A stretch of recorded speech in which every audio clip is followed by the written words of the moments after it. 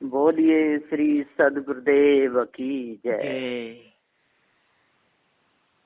अब मैं चलूंगा सबसे पहले रमेनी नंबर 1 से। हाँ, आवाज आ रही है ना बराबर? हाँ, बराबर आ रही। हाँ, तो सदगुरु श्री कबीर साहब जी इस धरातल पर एक बहुत विशेष ओजस्वी संत हुए। इन्होंने अपने आप को भ्रमभूल कल्पना से, विषय वासना से और नशीले पदार्थों से बचाया और सदगुरु के जीवन में झूठ का कोई महत्व नहीं रहा। जो भी बात कहते थे सत्य कहते थे और सबके हित की कहते थे, चाहे वो स्त्री हो या पुरुष हो, कोई भी हो। जो भी सदगुरु श्री कबीर साहब के वचनों को, उनके उपदेश को अपने हृदय में उतार लेगा, उसका उद्धार कल्याण जरूर होगा। तो सदगुरु श्री कबीर साहब जी प्रथम रमेनी में कहते हैं, अंतर ज्योत शब्द एक नारी, हरि ब्रह्मा ताके त्रिपुरारी। अंतर, अंतर कहते हैं भीतर। अंतर, भीतर का ये मन। अंतर ज्योत, ज्योत कहिए बाहर का प्रकाश जो दिखता है, दृश्य। अंतर ज्योत शब्द, और शब्द कहते हैं नाना प्रकार के रोचक भयानक वाणी, ईश ब्रह्म परमात्मा की कल्पना, देवी देवताओं की कल्पना, इनमें सारे संसार के लोग फंसे हुए।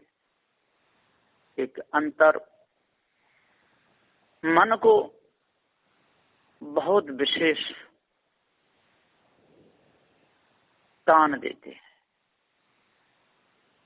समझ ही नहीं पाते कि मन जड़ है कि चेतन, उनको ज्ञान नहीं। सदगुरुदेव जी कहते हैं कि ये मन जड़ है, चेतन नहीं। चेतन की सत्ता से ही मन इधर उधर दौड़ता है। यदि चेतन सत्ता न दे तो मन नहीं दौड़ सकता है। बाहर का प्रकाश हम देखते हैं, वहां पर हमारी चिपक हो जाती है। कहीं काशी जाते हैं, कहीं मथुरा जाते हैं, कहीं वृंदावन जाते हैं, पत्थरों की मूर्ति के सामने हम धोख लगाते हैं, सिर झुकाते हैं और हम ये समझ ही नहीं पाते कि ये हमारी ही सत्ता से ये मूर्ति बनी है। बिना कारीगर के, बिना जीव के कौन बनाएगा? तो इतना ज्ञान बोध विचार हमको नहीं है।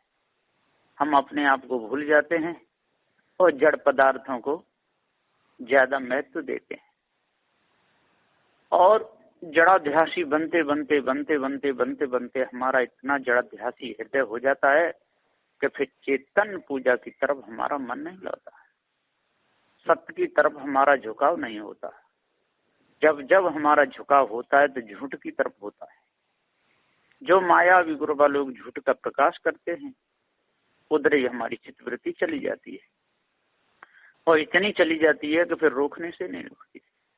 जैसे किसी मनुष्य को झूठ बोलने की आदत पड़ जाती है, फिर वो बहुत कोशिश करे तब भी सत्य नहीं बोल पाता है। झूठ ही की तरफ उसका लक्ष्य ज्यादा जाता है।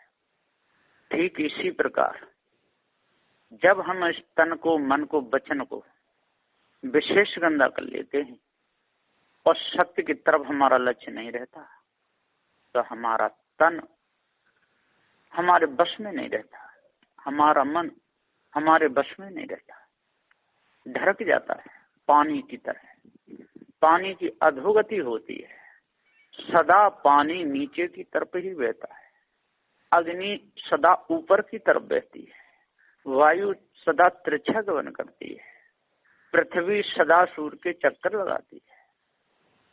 अब हम अपने आप को नहीं जब संभाल पाते तो पृथ्वी, जल, वायु, अग्नि के साथ ही और हम अपने आप को भूले रहते, जड़ाध्यासी हमारा मन हो जाता है।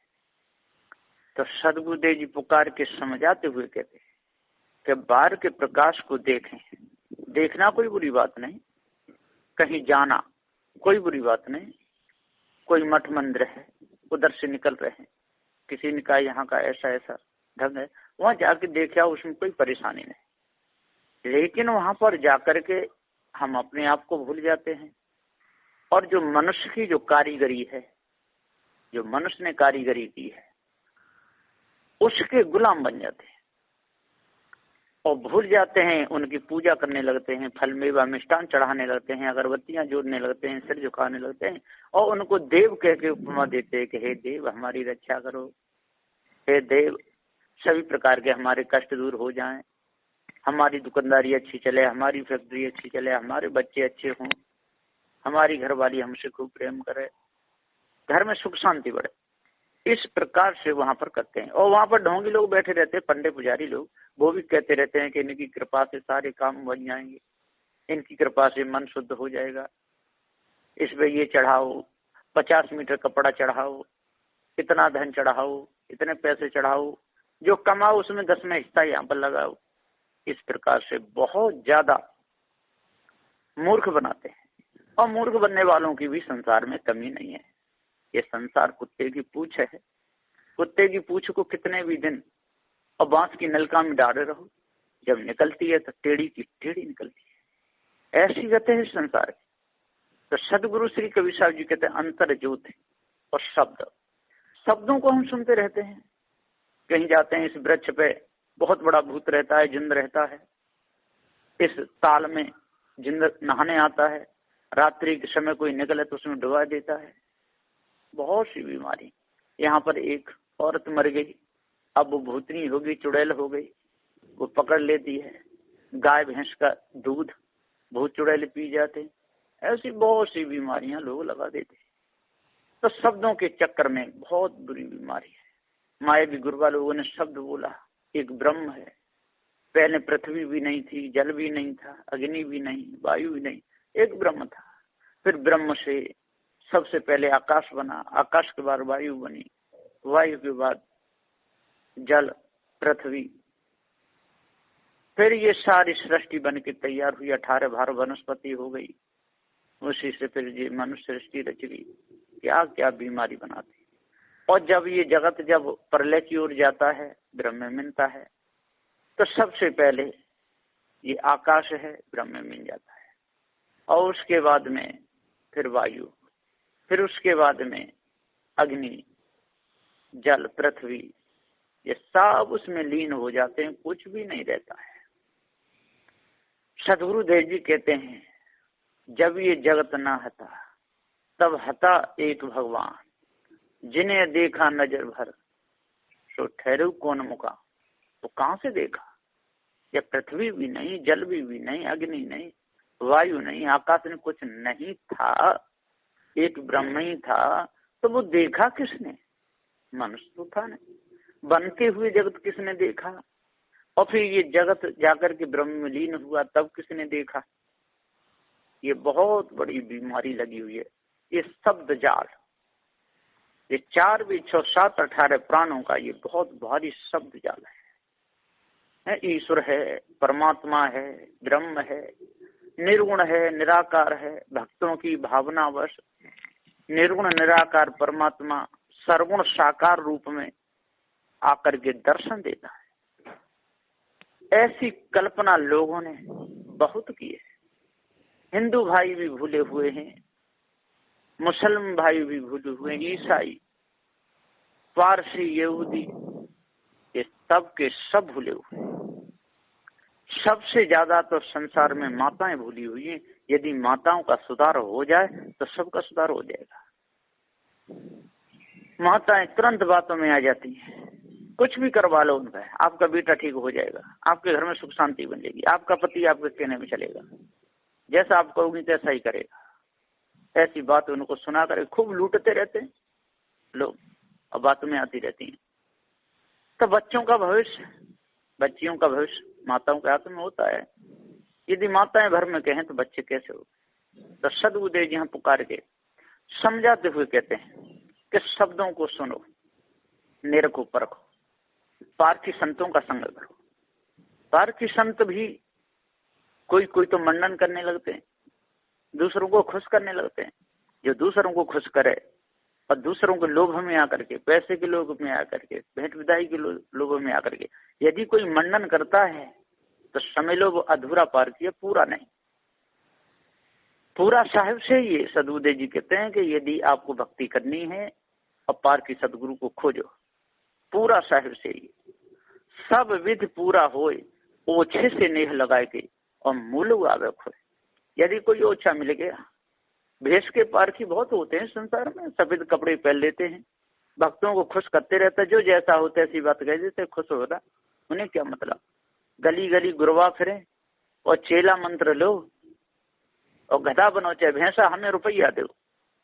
उन्हें तो रुपया पैसों से काम है, खाने पीने से खूब मस्त डोलते रहते हैं। कोई कुछ भी हो, हनुमान का पुजारी है तो हनुमान की विशेषता गा देते हैं, और देवी दुर्गे का है तो देवी दुर्गे की विशेषता गा देते हैं, और कोई भगवान के ध्यान में बैठता है तो उसकी विशेषता गा देते हैं, गंगा यमुना नहाता है तो उसकी विशेषता गा देते हैं। जैसे में तैसा, गंगा पे गंगादास और यमुना पे यमुना दास, ऐसे डोलते हैं। सदगुरु श्री कबीर साहब जी कहते हैं कि वो तो केवल भेष को दाग लगाते हैं, वो कोई साधु नहीं होते। तो अंतर ज्योति शब्दों में फंस करके लोगों को बेवकूफ बना देते हैं। कोई ऊपर हाथ फिरा देंगे, कोई आशीर्वाद दे देंगे। आपका ऐसा काम, यदि ऐसे काम बन जाए तो फिर त्याग वैराग की कोई जरूरत ही नहीं पड़े। कोई कहते मैं आशीर्वाद देता हूँ, आपका ऐसा काम बन जाएगा। मैं आशीर्वाद, आप कोई शराब पीता है नहीं छूटती, ये कसाई है, कसाईयों का आशीर्वाद ध्यान देखे वो बकरा काटना बंद कर देंगे। आशीर्वाद से कुछ नहीं होता है। जो सच्ची लगन से, जो सच्चे दिल से सदगुरु की शरण में समर्पित हो और उनके वाणी वचनों को अपने हृदय में उतारे और जैसा सदगुरुदेव कहें ऐसा करे, पूरा जीवन अपने मन को और विषय वासना भ्रम भूल कल्पना से बचा दे, उसको कहते हैं अखंड बाल ब्रह्मचारी। और जो संसार में रहते हैं तो संसार की रीति रिवाज तो निभानी पड़ती है, इनकी ब्याह शादी है, बच्चे भी पैदा करते हैं, पढ़ाते लिखाते हैं, तो उनको भक्ति की जरूरत है, बच्चों को समझाने की जरूरत है और उनको गलत ऐबों से बचाने की जरूरत है। शराब पीने से, मांस खाने से, तम्बाकू खाने से, गलत लोगों की संगति से, जुआ खेलने से, भ्रम भूल कल्पना से बचाने की बहुत आवश्यकता है। तो भक्त बीज बदले नहीं, जो युग जाए अनंत, ऊंचे नीचे घर अवतर रहे संत को संत। तो जो भक्ति करेगा, घर में रहेगा, उनके सीधे कर्म नहीं करेगा तो मनुष्य का मनुष्य होता रहेगा। ये भी कोई बुरी बात नहीं, यदि मनुष्य का मनुष्य हो जाए कितनी अच्छी बात है। लेकिन मनुष्य के गुण नहीं आ पा में, है ना, गृहस्थ बना रहे, बच्चे पैदा करता रहे, उल्टा सीधा करता रहे, मांस खाता रहे, शराब पीता रहे, और जब शरीर छूटेगा तो संस्कार गंदे बनेंगे तो पशु पक्षी उसमें खाने में जाएगा, तो पशु पक्षी उसमें खाने से बच जाए, इतना तो होना ही चाहिए। तो लोग ऐसा भी नहीं कर पाते। तो सदगुरुदेव जी कहते हैं अंतर ज्योति शब्द एक नारी। नारी नारी के ये विषय वासना में फंस करके लोग जन क्या करते हैं, कोई तो दो शादियां करते हैं, तीन शादी करते हैं, कोई वैश्यावृत्ति में लग जाते हैं। तो सदगुरुदेव जी पुकार के समझाते हुए पुकार करके कहते हैं कि रीत रिवाज निभानी है तो अच्छे ढंग से निभाएं, उसमें जरा भी गलत फहमी ना आने दें, गलत विचार नहीं आने दें, अपने अच्छे प्रकार से संसारी जीवन को निभाते हुए, खाने जाल में रहते हुए, बच्चों को शिक्षा देते हुए घर में रहे, अपने मन में विकार, उल्टे सीधे विचार ना आने दें, कभी भी गलत कर्म ना करें। और यदि साधु जीवन निभाना है, त्याग वैराग से रहना है, तो बिल्कुल अलग रहे। विषय वासना, भ्रम भूल कल्पना, चोरी, हिंसा, व्यभिचार, ईर्ष्या, क्रोध, मानछल और गालिंदा, झूठ, इस पर विजय प्राप्त करें। और सत्य, विचार, शील, दया, धैर्य, विवेक, वैराग्य और गुरु भक्ति, इसको अपने जीवन में उतारे। तो सत्य का जिसको बोध हो जाता है वो झूठ में कभी नहीं फंसेगा। और विचारमान है तो बिना विचारे कोई काम करेगा ही नहीं। और जो शीलवान है वो ब्रह्मचारी व्रत करेगा, नम्रता कौमता से रहेगा, सत्यशील विचारशील दया। और जो दयालु है वो तो चींटी से लगाए हाथ से किसी को परेशान करेगा ही नहीं, किसी को दुख कभी नहीं देगा। ये पार ज्ञान का महत्व है। तो सत्य विचारशील दया और धैर्य, और जिसके अंदर धैर्यता आ जाती है वो धैर्यमान होता है। वो कभी भी किसी की बातों को सुनकर विचलित नहीं होता। कोई कुछ भी कहता है, किसी कोई महिमा गाता रहे, कुछ भी करता है। पहले के लोगों ने ऐसी गप्पे मारी कि एक भीम था और भीम ने महाभारत के युद्ध में बहुत से हाथियों को और घुमा घुमा करके आकाश में फेंक दिया, अभी तक वो गिरे ही नहीं। तो ये सारी झूठी बात है।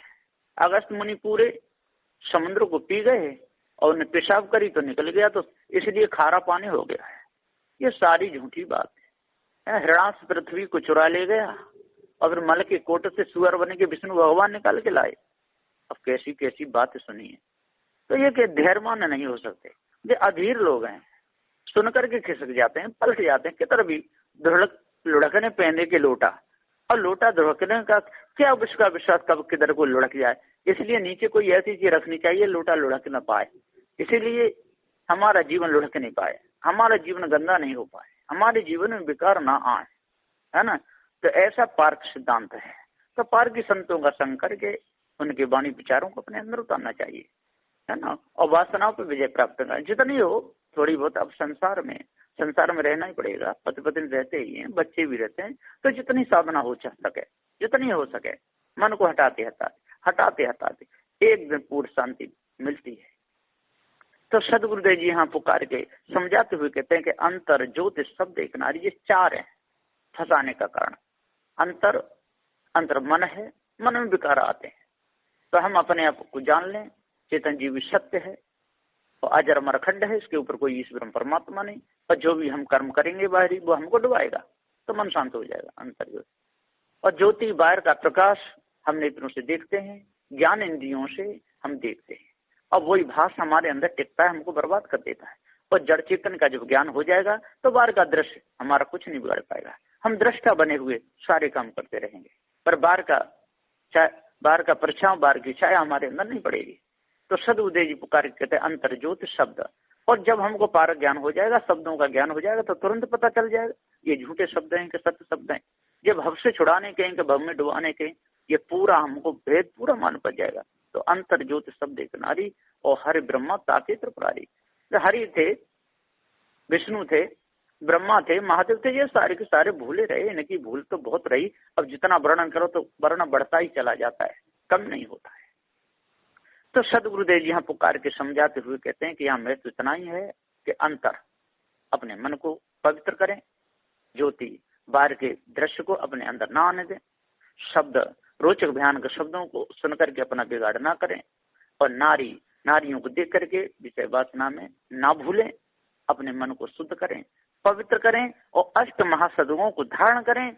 इससे हमारा पूरा जीवन शुद्ध होगा, निर्मल होगा, निर्दाग होगा, और किसी प्रकार की भ्रांति हमारे अंदर नहीं आएगी। और कोई भी हमको जाल में नहीं फांस सकता है, चाहे तंत्र मंत्र जादू टोना हवन होम, कोई भी कैसा भी लोग हमको आकर के बहकाता रहे, फंसाता रहे, शब्दों को सुनाता रहे, उसके शब्दों का हमारे ऊपर कोई असर नहीं पड़ेगा। कब? जब हमको जड़ चेतन का पूर्ण ज्ञान हो जाएगा तब। अब ये प्रथम रमैनी की और पहली चौपाई है, इस पर मैंने प्रकाश डाला। इसको सुन करके अपने जो हृदय उतारेगा उसका कल्याण उद्धार जरूर होगा, उसका मन निर्मल जरूर होगा, उसके अंतःकरण में और ज्ञान का प्रकाश होगा। बस इन्हीं वचनों के साथ में मैं अपनी वाणी को विराम देता हूँ। बोलिए श्री सदगुरुदेव की जय। जय सदगुरु साहिब की साहिब की साहिब।